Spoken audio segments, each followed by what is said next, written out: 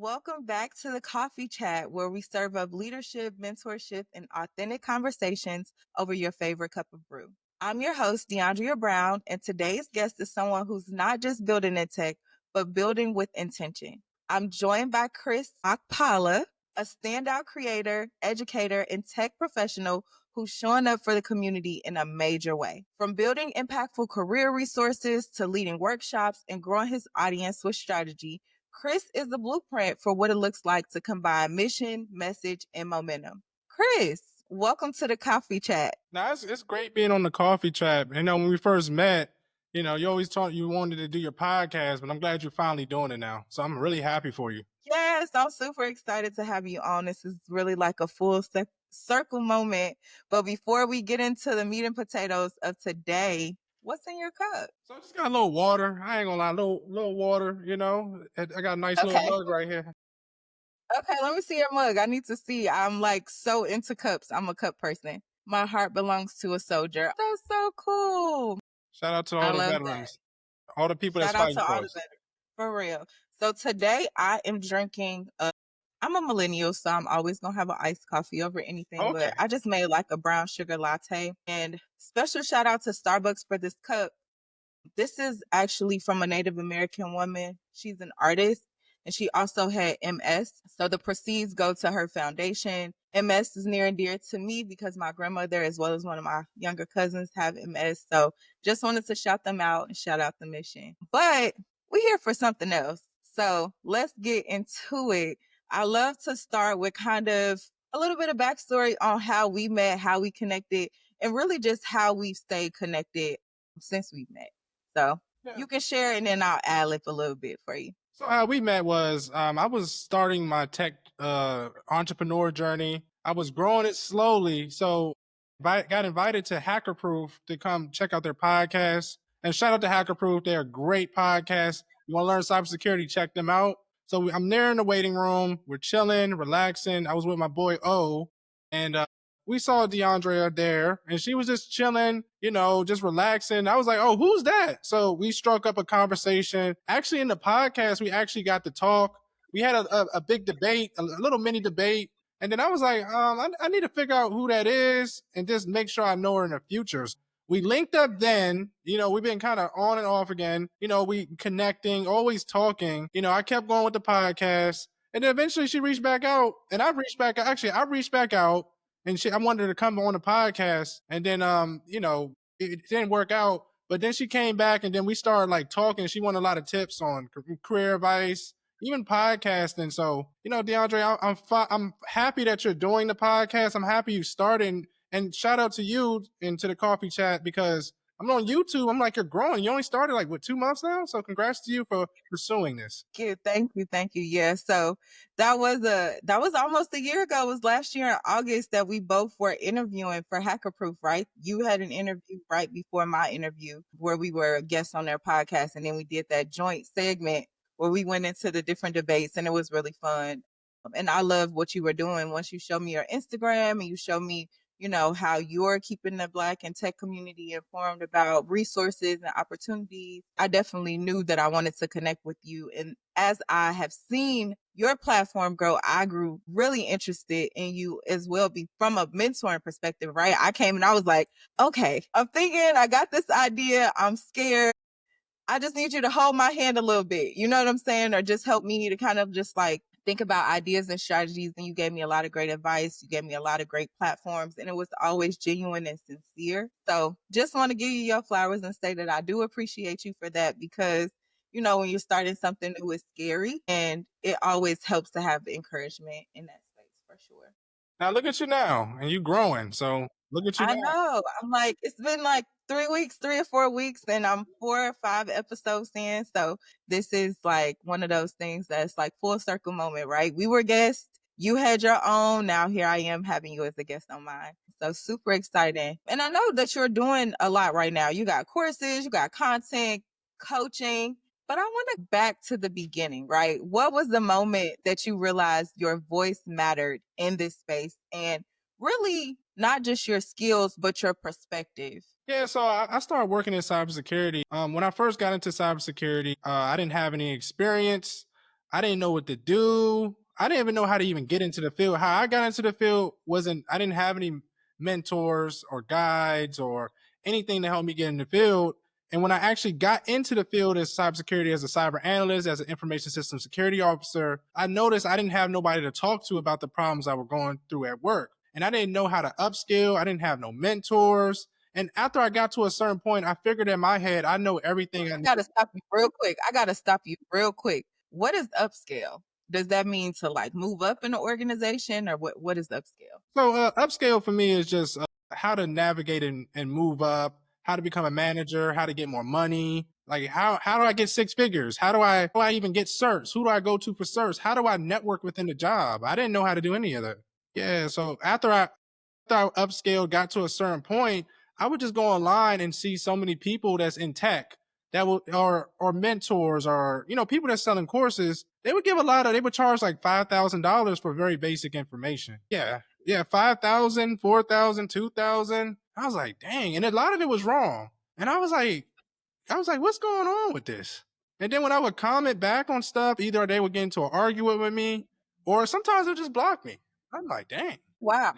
So you was online correcting people. Like you Yeah. was I found this guy pocket watcher. I was pocket watching. I was like, wait, what's going on, bro? What's going on? This don't even make sense. Y'all charging this much? so Like, okay, so it sounds like you went from kind of someone who needed the information to someone who wanted to give the information. So what's one decision or one act that you feel like kind of snowballed that mindset or that shift for you and just made you decide that you wanted to be the person to make the change? yeah, yeah. As you know, I'm not a sociable. I can be social. I've gotten sociable now. Even me talking like this now, it took some time to get to this point. But what happened was, it was a colleague I had, and I was telling him about. I showed him my old YouTube channel, and I told him I wanted to do some cyber content in the future, but I kept pushing it off. So I showed him my old YouTube channel. It had thousands of views. It was an old credit card channel. Literally, I had thousands. I was making some good money. I was making like $500 a month off it.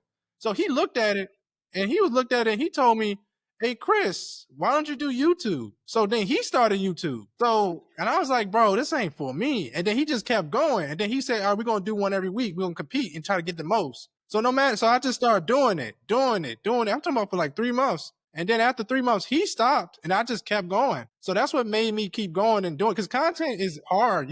Content is extremely hard.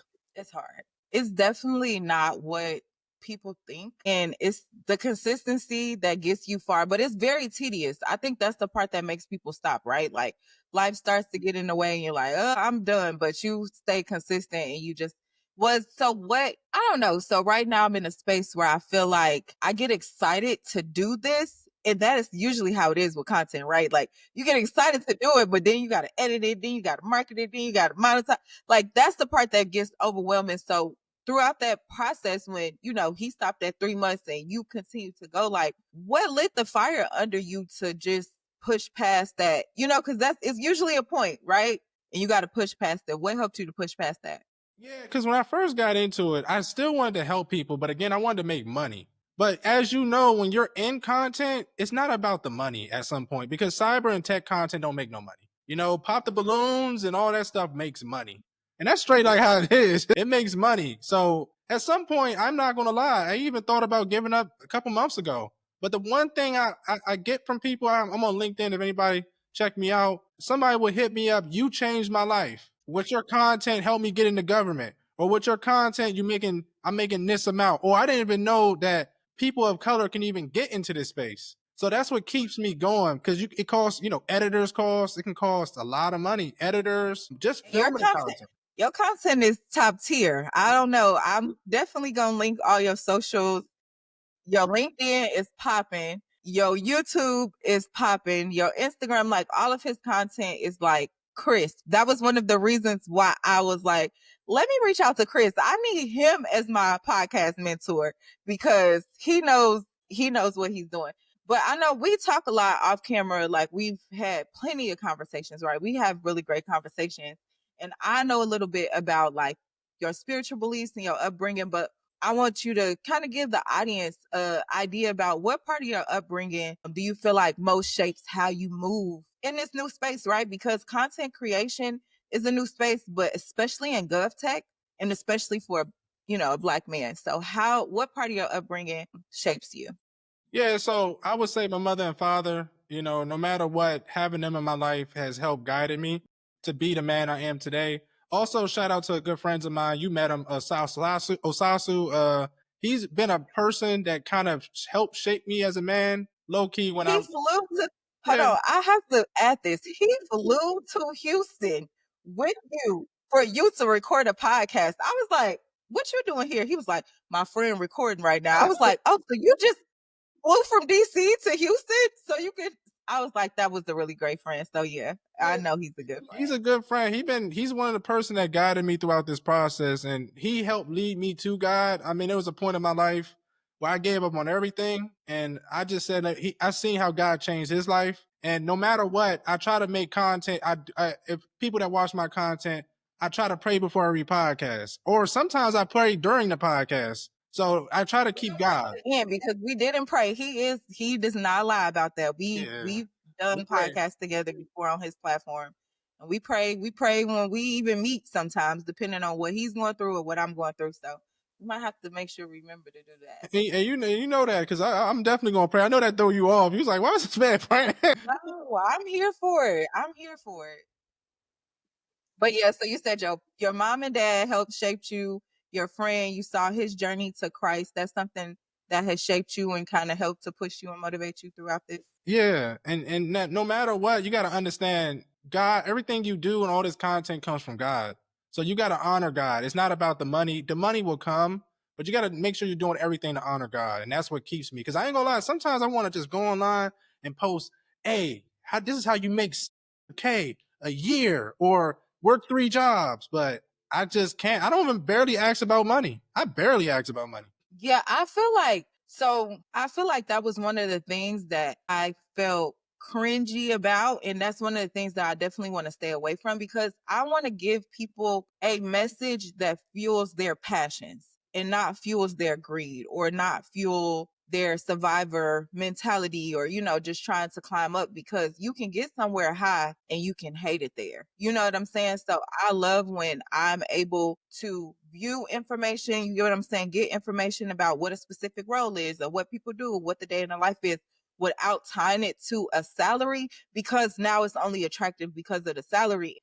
Honestly, everybody's not going to make what this person is making. You listening to where they are right now, but you're skipping the 6 to 10 years that took them to get to that place. Yeah, Yes, yeah. so I agree. Yeah, I didn't want to tap on that too with you because it's like even when I got to 6 figures, right? I thought you was gonna get it because when the content got you thinking, when you get in, you're gonna make that. I was making 75K, and then when I first time asked for 6 figure, they kind of denied me. You know what I'm saying? Like I didn't have enough.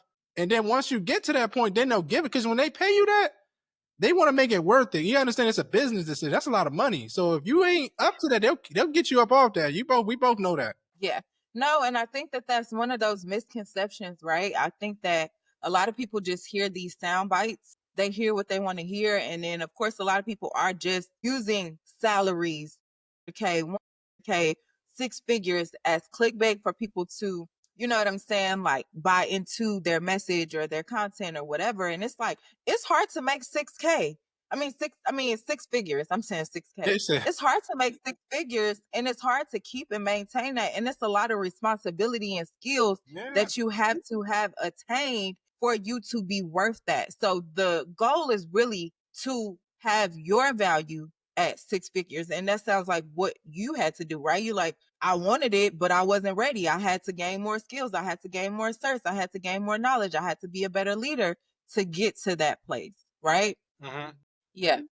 So I feel like you kind of are talking about a level of self awareness that's, it's a little bit rare in these times because a lot of people just think things are, white and black.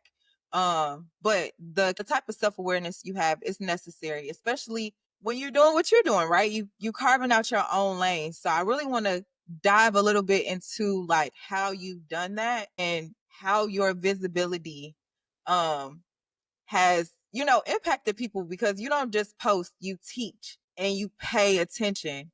to what the people need, and also a lot of people pay attention to you. So what's your philosophy around just personal branding on LinkedIn, right? What's working and what's overrated? Let's just start with So that. the main thing about LinkedIn, a lot of people I've noticed on LinkedIn just want to post pictures, say I'm at this event, say I'm here, or I got invited to speak here. On LinkedIn, a lot of people are not. Are you okay? That's me. So Okay. this question is for y'all, but this question is also for me. It's for me too. Yeah, people just want to just post about themselves. You got to understand that you're a personal brand. You are a brand. And I didn't know that going into podcasting. I thought the people were just me eventually, people, guests coming on the podcast will eventually make me. They already have a brand. I don't have a brand. So with LinkedIn, you got to first, you got to identify what your brand is. So for example, how I go about it, and I kind of talked to DeAndre about this, first thing you got to say, what audience do I want to serve? There's different audiences you want to serve. For me, I serve people that are seeking career changes, straight up. If I wanted to change it up, if I want to get into government contracting contracts, I will solve their problem, whatever it is. It could be GRC, RMF.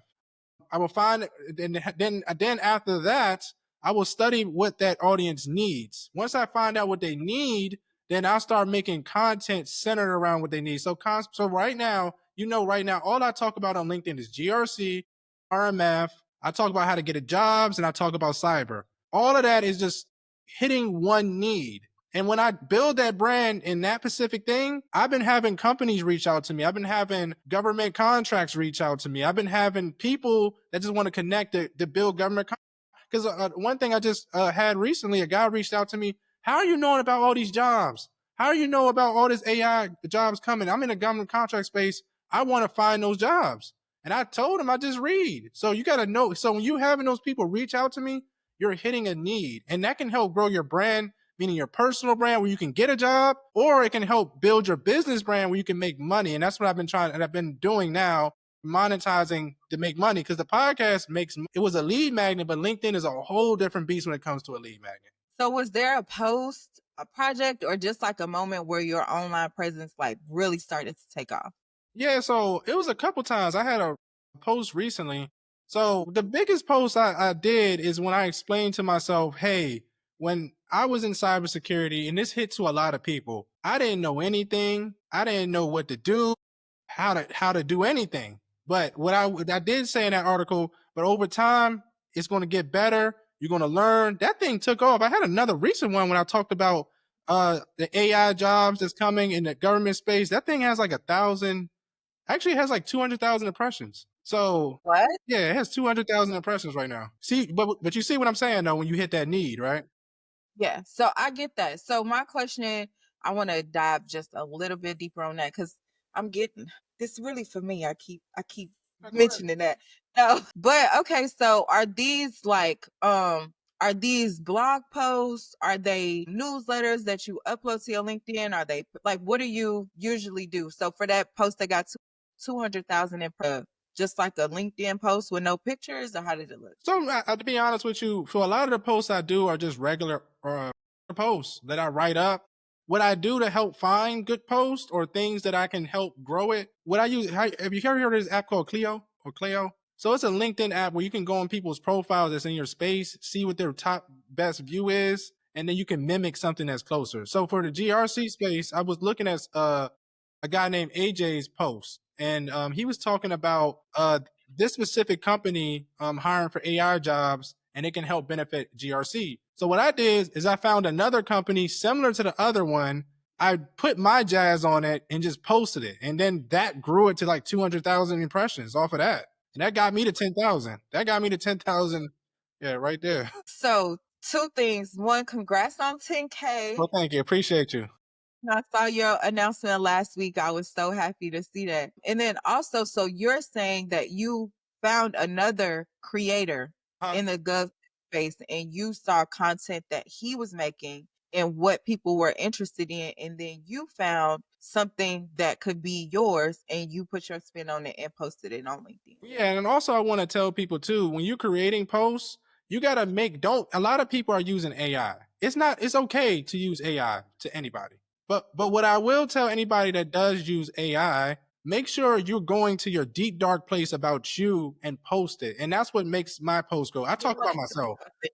Yeah, I think that that is a good tip for everybody because one, people that are in the tech space, we know what ChatGPT look like. Yeah, we do. We know. I know when people are texting me ChatGPT. I know when people are posting like, oh my gosh. So it's like no matter what, of course, like you use that as a tool, but you always want to bring your authenticity, right? Like I get exactly what you're saying. Like I have a why. I always want to bring my why no matter how it's, initially framed out, right? They collect the information, but you massage it and make it sure so that your voice always, displays what you want to hear. So, what advice would you give someone who's afraid to share online? Or, like, for instance, I'm gonna just be real, like with me being laid off, right? So, that is something that is a confidence shift. That's what I would say. It's a confidence shift for me. So, how would you tell someone who maybe has been in the shadows for a little bit, but they want to come back on LinkedIn. They want to build their brand, but they are afraid because, maybe they're not working right now. There are a lot of people that aren't working that still need to be visible in building their brand, or they might just feel like they don't have enough value.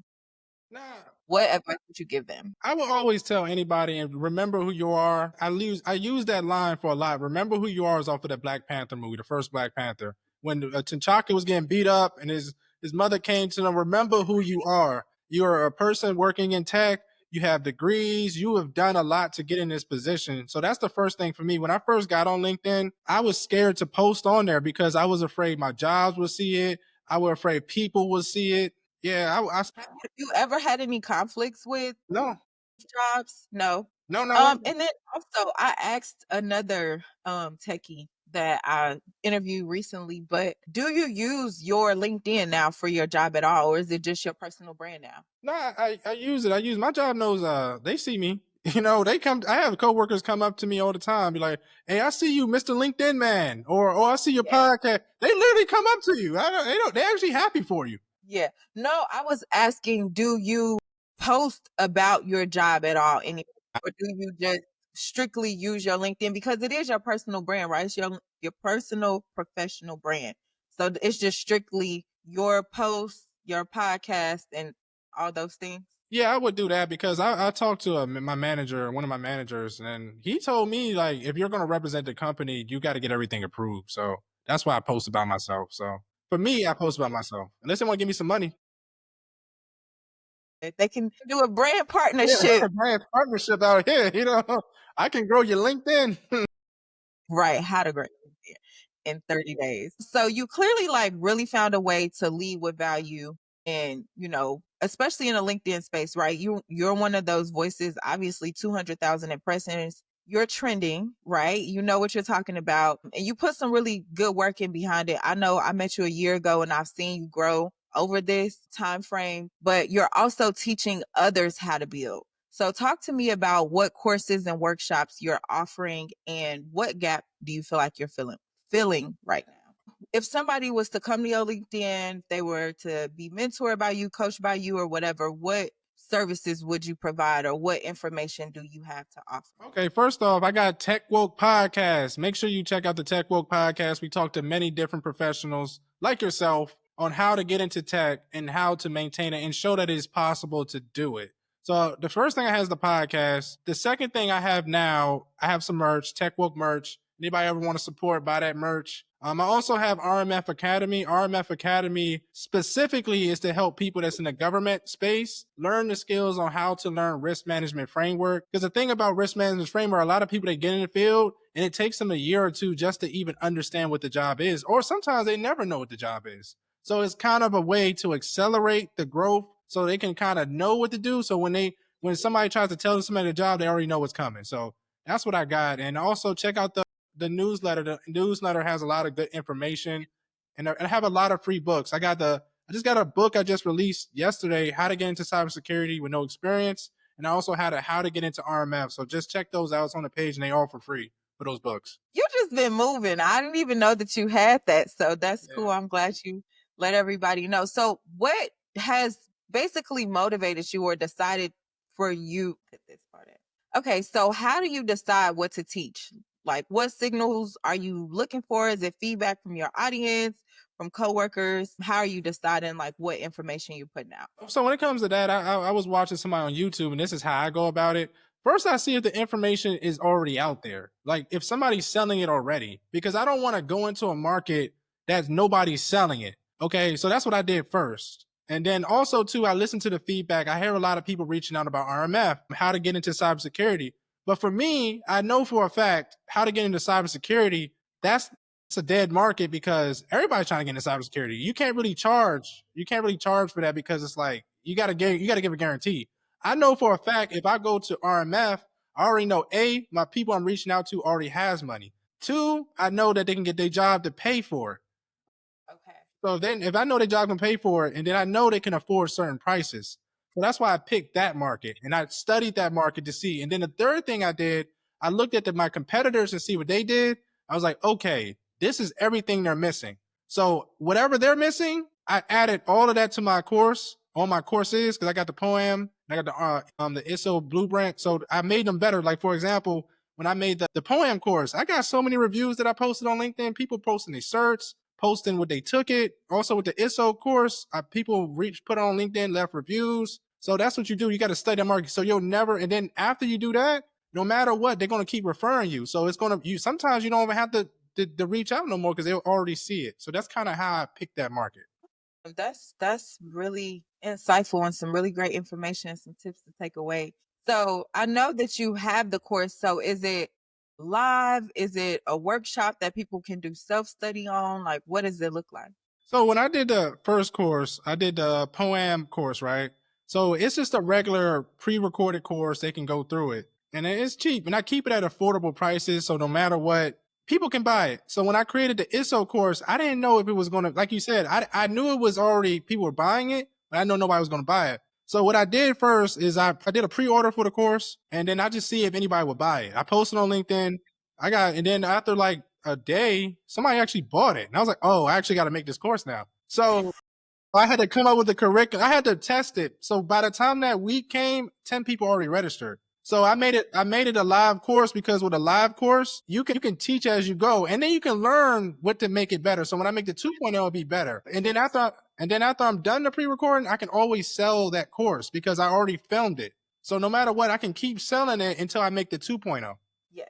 Okay, that's a good strategy. So I definitely love the fact that you started live because you are right, right? You can learn loopholes and then you get those live questions from the people who are going to be taking the course. It's nothing more frustrating than trying to learn something and you don't have all the tools. So with you being able to do it live, you can answer questions, see gaps, give feedback, see, different things like that in real time. And then like you said for 2.0, it's a little bit tighter and it'll be better if you did choose to pre-record.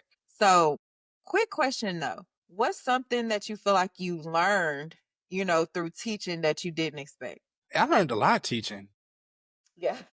One thing I will say, when I did the first course, it was when I did the first lesson, it was great. But then when I did the second lesson, you had to learn to it. You got to learn. It was like it was flat, so you got to learn how to adapt with the audience. So what I've learned is when you do a course, make sure you ask questions in the beginning. Give like some quizzes or something so they can get them interactive. You got to mix. You got to mix between, hey, I'm gonna teach this, and then I'm going to show this. Because if you do too much of talking, they're gonna zone out. Yes. Yeah, I'm one of those people and I really love how you like centering the learner because yeah, I'm a interactive, right? Cuz once you get idle, especially everybody's virtual, once you get to enough downtime, you going to get this pacifier right here. Yeah. You're going to pick that pacifier up. So it is good to have it interactive. And I would say too, make sure you ask them questions all the time because that's one thing I need to learn. Because like you said, they're not paying attention. Sometimes they be watching YouTube and then you call them, they be like, huh? I'm like, yeah, Exactly. So, and that's one of those things that I did enjoy about some sessions that I've had in different spaces is when the instructor was super interactive. So you felt like you had to be on point because you didn't know when they were ever going to just ask you a question because ain't nobody listening if you ain't asking no question. yeah. I say one more thing too. Like, then if you just freaking over PowerPoint, at some point they'll question if you even know the stuff. Yeah. That is true. It's like, "You just reading this. I did not have to come." This could have been an email. That's exactly that's what everybody thinking. So I know behind every resource that you're offering is a business decision too. So I want to transition a little bit into your growth and your monetization so that we can get, just a little feel for how you're doing. I know that you're doing it in a way that's authentic, it's sustainable because you are growing. Yeah. But let's talk about the business side of your creativity. How many ways, or I know you kind of talked about a bunch of different ventures that you have, but let's just talk to the monetization. What does it look like right now? Is it weekly, or are you getting it from LinkedIn? Does LinkedIn do monetization? I have no idea. I break it down to you. So the first way how I monetize is if you go to my videos in the beginning of every podcast, I have RMF Academy. So no matter what, you're gonna hear it. So it's gonna that's a lead right there. I also created another YouTube specifically for RMF Academy. So I post things on there, and no matter what, it goes back because I'm teaching on there and it goes back to RMF Academy. I also put it in the description of the YouTube channel. So the podcast is kind of a lead magnet to get people there, right? I also had an email list. So on the email list, and few people that join the email list, you might get a discount. So the email list is a way, once you get on the email list, I'm going to send stuff every week. I give you game.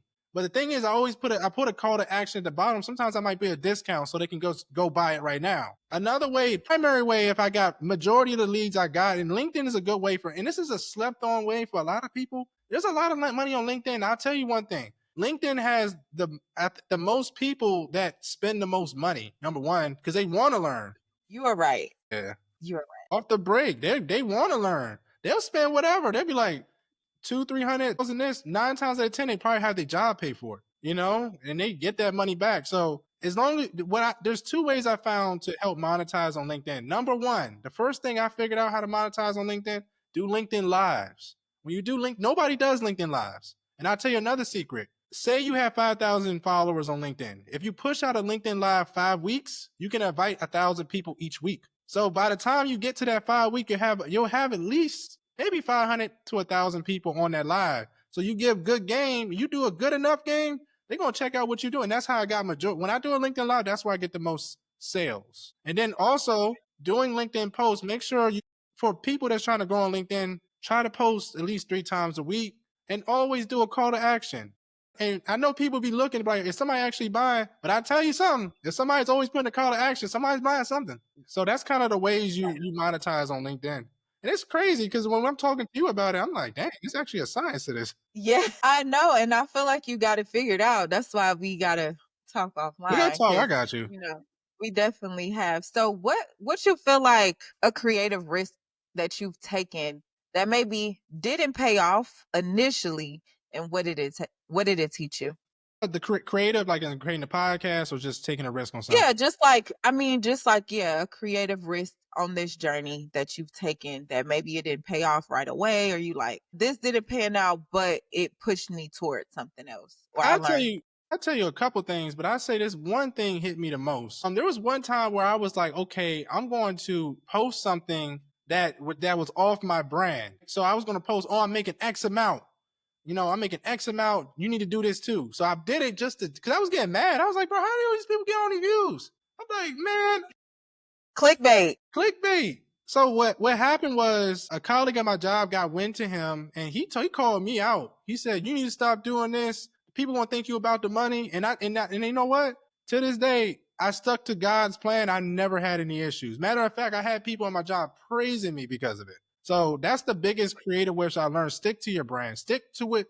Whatever you stuck with, stick with it. And the one thing I will always tell anybody that's doing content creation or has value, don't be afraid to charge, because if you really have value, you're helping somebody versus somebody. Because I found out some stuff too. I'm like, it's this particular person was charging like 5,000 for something that was getting the minimum, and I'm like, I could have just gave you 5 tips off the break, and you could have you could have did it yourself.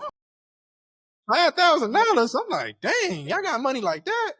But that's kind of the Yeah. things. So how are you defining success for yourself in this current season? Because I'm sure this year looks a lot different than it looked last year with all of your accomplishments. Yeah, I define success in this way. With all the layoffs going on in tech, I'm happy to thank the Lord that I have a job.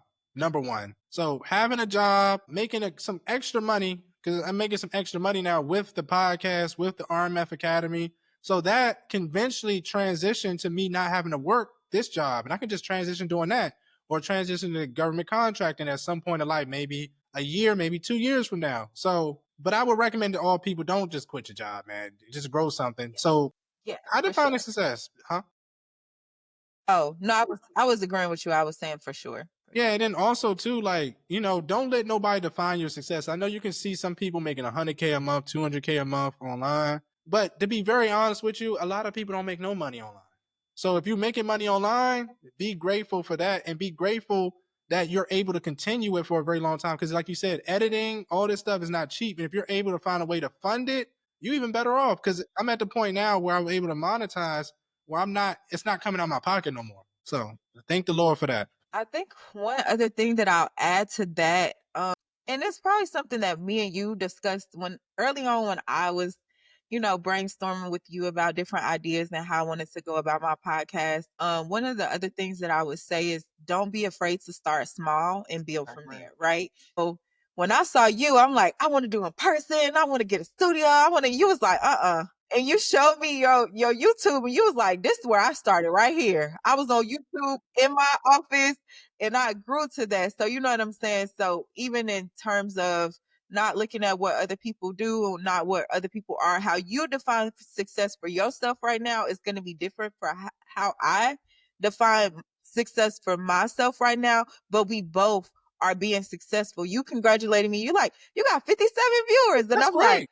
I'm sitting here like, but you're like, "That's amazing." I'm like, "Well, he knows, right?" Like, you do YouTube, so it's like you gotta start from somewhere, so that definitely is what I would tell others as well, like, define success based off of where you are, not where you want to be. Because I tell you this, and you don't know this. I study your content. I study what podcasts you've been on. You have a great buzz. So to get 57 views in the first basically month versus some people I know only have 23, like I wasn't even at that. For me to get 10 in a month, man, it took me almost a year to get, it took me almost 3 months just to get 100. Yeah, I mean, you said that, you was like, "You got 100 views, that's good," and I'm like, "Is Huh? it? Okay. I guess it's good. Okay." But all right, we're gonna shift gears. I know we're running out of time, but I got a couple more things I need Go to ahead. ask you before you get out of here. So we're gonna go into some of our signature segments. These are questions that I ask each guest. And it'll be a little bit more rapid fire, right? So I want to ask you what's one trend in tech right now that has your attention, and then one of them that kind of give you a little cause for pause. You're not feeling it. The one trend is kind of a good and bad thing. AI. AI is Yeah. good because it can get you a job. And I know you're highly technical, so it can Yeah. get you a job. You can make a lot of money. I use AI to make money, but the only issue I have with AI is not secured properly. That's my only issue. Like you can hack that really easily, and sometimes you can hack it and might not know it. The biggest thing I'm thinking about is like, for example, AI. You can think you're talking to AI and you're getting like a lot of people have AI as their therapist, right? You could be talking to, I tried it one time, but you could be talking to AI, but really you're talking to your boyfriend because he hacked it so he can talk to you, and getting all your information. That's another way. There's just so many ways to hack it right now. There's no certified way to regulate it right now. That's my only issues with it. Yeah, I definitely know that it's not regulated, and I also know that they're like using your information to. I mean, obviously, with large language models, that's what they do, but it's also like it's not as factual as people think it is. Okay, so what's the moment throughout your journey? And we have talked about something similar to this, but what's the moment that you felt like you had to advocate for yourself when you just felt like staying quiet wasn't an option? It was one time once I first got into cybersecurity, and I ain't gonna lie, I was getting bullied. I ain't gonna lie. I was on all these bullied in a way, meaning I didn't know my stuff and I was gonna give up on tech, period. So one day I was just like, yeah, man, I got to do something. So I was like, man, I said either I'm going to quit or get. So after that, I didn't used to say nothing on means now. And when I first got on the mean, I'm saying, nah, this not right. This not right. We got to do it like this. Even to this day, when nobody want to talk, I don't care who it is. I don't care if you're the president of the United States. I'm going to say something because you want to let people know who you are.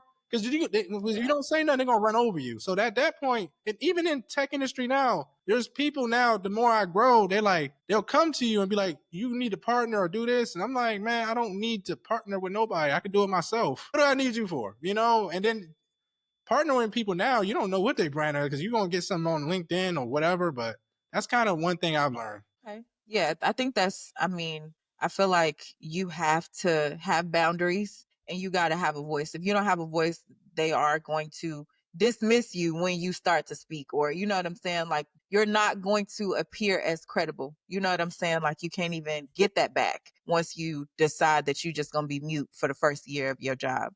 Facts. Uh, What but about you? once What about you though?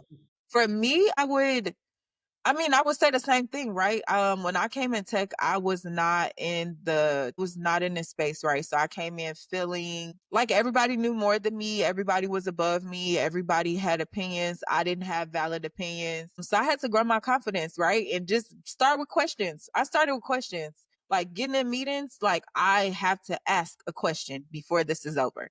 And I have to add something before this is over. You know what I'm saying? Even if it's just questioning how or why or whatever, because also people think that you're checked out and you're not going to move up. You're not going to get asked to do more. And also offering to do things um, outside of, I guess, my work requirements. Those were ways that I felt like I was advocating for myself because it's like, oh, now we know she's somebody that we can go to. We know she's somebody who's actually here. You know what I'm saying? Because otherwise, people just write you off like she don't care. She just another person collecting a check. And honestly, at first I was just because I was like scared and I felt like I didn't know anything. But I want to ask you about. So this is kind of like your network slash your community, right? So what's one way that you feel like you've been able to intentionally build your network or your community, and how has it like paid off for you long term? Yeah, the main thing is I try to intentionally build with people that have a relationship with God.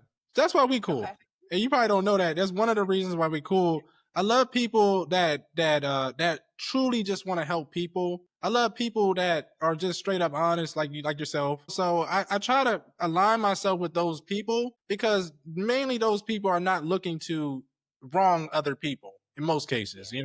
So that's kind of what I'm doing to network. So if I see somebody, you know, hey, I'm just trying to get the money, get the bag. I'm not aligning with them. And just checking on people and see what they're doing. It's not wrong. I'm an advocate just doing a quick search. Just look on their Instagram, look at what they're doing. And because you don't know what they're doing. So that's how I intentionally build my network. And then when it comes to people, I'm trying to grow in the GRC space. Like I said, with most, even anime, I try to find people that like anime. People are people that are not afraid to be themselves because I know that they're not fake. I don't like, I don't like fake people. So I want to ask you about like a mentor. Do you have a mentor or a peer that taught you or said something to you that's just kind of like stuck with you throughout your journey? Yeah, I got a couple just in the journey in life. Yeah, yeah. Overall, honestly. I got a couple. I will call my friend Osasu a mentor, but what has he said to me? I don't know. The only thing for myself, I haven't had a lot of people that believed in me to do anything. Like growing up in life, it was kind of like I used to be that goofy kid having fun. But the one thing he said to me, like when I tell him about anything I'm doing or trying to grow, he's not shocked. And the thing he always tell me is like, "Hey, bro, I believe in you." There's Yeah. something about That's that. that's important. He just say, I believe you. No matter what, that man, he always say, Chris, I believe in you, bro. And it's hard to even because when somebody say it like that and not have no judgment or nothing, that means they truly believe you. It's not a if, it's not a thing. It's just like I believe in you. And you see that. He come with me, he'll do what he gotta do to support you. Yeah. That's really powerful. I would agree to hear the words, right? Like to hear the words probably in the midst of you being afraid to push forward just is like a huge push, and it's always good to get that encouragement. I feel like my brothers do that to me and I'm like, okay, I got to keep, you know what I'm saying? Like pushing through the path, so I definitely can resonate with that. So what's one big risk or initiative or what you got planned? What do you have planned for the next 6 to 12 months? Like what you trying to go after next? So for me, I'm trying to get at least, I think by the end of this year, I'm probably trying to get at least to 50,000 on LinkedIn.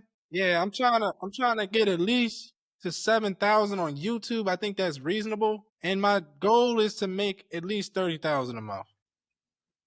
I don't know how that's gonna happen, but I just want to do that. But he gonna make a way. Listen, it's always out there. One thing that I am learning, shout out to you and shout out to a lot of the guests that have been on the podcast and a lot of my friends and family. Anything is possible. And everybody is out here doing it. Like there is no real oversaturation. Your market is going to find you. Like there are people who like your message, your interest and your delivery, and it's possible. That's what I feel like. So even trying to be like, oh, I'm gonna do a podcast, it's like this is me, right? So there are going to be people in the world that are going to see themselves in me. There are going to be people that see themselves in you, and they're going to want to invest in you. They're going to feel like your friend. Like, I believe in you. You Yeah. can do it. So you can do And it. I appreciate you for that because like you said, because like I said, I'm not the most social. I'm getting better, but Yeah. that crowd follows my crowd. Your crowd is probably gonna be more bubbly, all that. That's just not me. That's your crowd, and so I get it. You Trust me. said y'all technical folks over there. Yeah, we here in this joint just staring at each other. But hey, if I can do it, you can do it. If I can get on social, trust me. If people that family was surprised I even got on here. Yeah, I mean, and it's amazing. Like you can, it just shows that you can grow and change, and you don't have to stay boxed in, and you can be multifaceted, right? You can compartmentalize, turn it on for the camera, and then turn it off directly after. Yeah, most definitely. Turn it off. Go to sleep.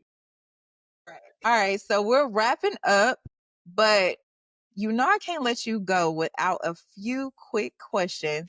So this is going to be like a little rapid fire. It's just fun. Say whatever comes to the top of your mind. We're going to start with your go-to coffee order, or you might be a matcha, you might be a tea, but what's your go-to when you going somewhere ordering a drink? To be honest with you, I don't really drink coffee like that. But I will say, I like hot chocolate.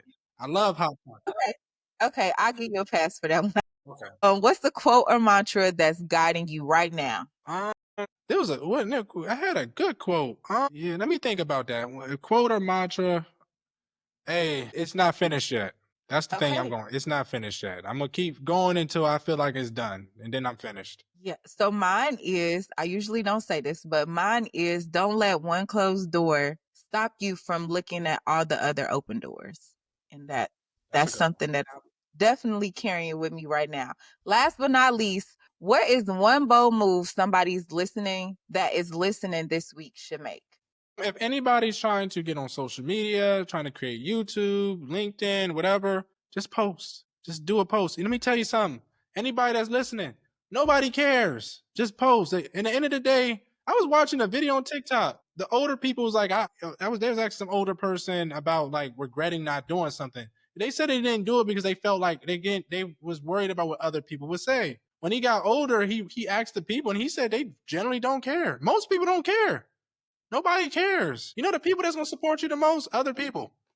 And that's the truth. Everybody's scared. I think that's also what nobody even considers. It's like everybody's scared to do something. So just do what you're afraid of. And other people are going to admire that because they probably want to do it too, but they scared to do it. So it's just like sometimes it takes you to motivate and influence and incentivize other people to follow their passions too. So I agree with that one.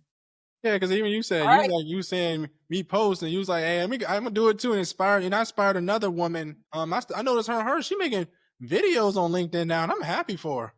Yeah, I didn't realize you can make videos on LinkedIn. Anyway, I got to dive into LinkedIn because I need to start posting there, but that's another story for another day. All right, Chris, thank you for showing up fully. Thank you for all the gems that you dropped today from the community to the content to just encouraging our listeners. You've given us all something to think about, to go and research because he was talking about coins. Okay, we need to figure that out. If this episode, listeners, if this episode sparks something in you, share it, tag a friend, and most importantly, act on it. Your story matters. Your lane is valid. It's not oversaturated. And building in the public space does not require permission. Until next time, keep it intentional, keep it real, and keep leading over coffee. Peace All out. right. Thanks, Chris.